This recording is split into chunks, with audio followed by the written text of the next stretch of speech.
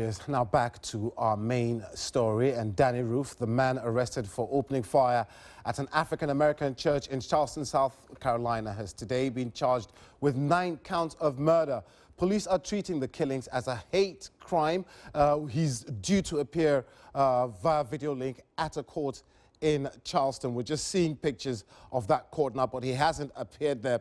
But first, let's talk to Anthea Butler, who is an associate professor of religion and African studies at the University of Pennsylvania. Thanks a lot for talking to us.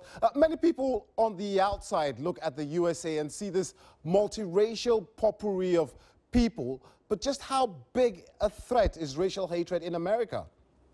I think it's a very big threat, but to understand America, you have to understand that this racial history that we have is not just a recent history, but it's a history of over 300 years, starting with slavery.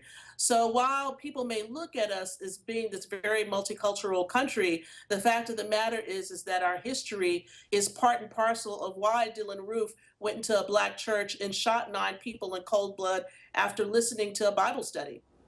Now, Professor, I've seen these comments on social media about what people term the double standards of the authorities, as well as the media narrative.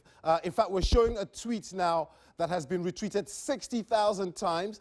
It says, "This is how you arrest a white man who shot 9 people, and this is how you arrest a black man for selling cigarettes," showing Dylann Roof and Eric Garner. What do you make of these pictures? I make of it that this shows what America is really like, a racist country.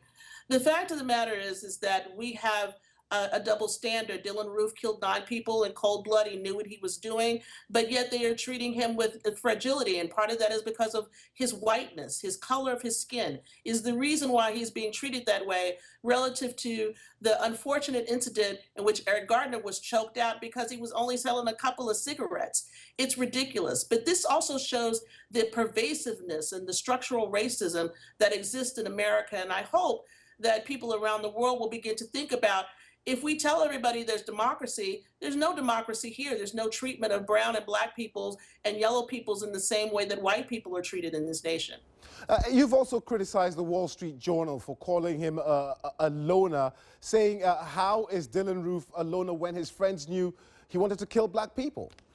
Exactly. Well, this is the trope that the media here likes to pretend. Whenever a white shooter happens, he's a loner, he's mentally ill, he's this, he's that, the other. How can somebody be a loner if they have friends? How can somebody be a loner if they know how to wear the flag of Rhodesia and have a jacket to show their support for apartheid South Africa? I don't think that's a loner. I think that's somebody who has a community, and they've been in a community that is racist. Professor Anthea Butler, thank you very much for talking to Focus in Africa.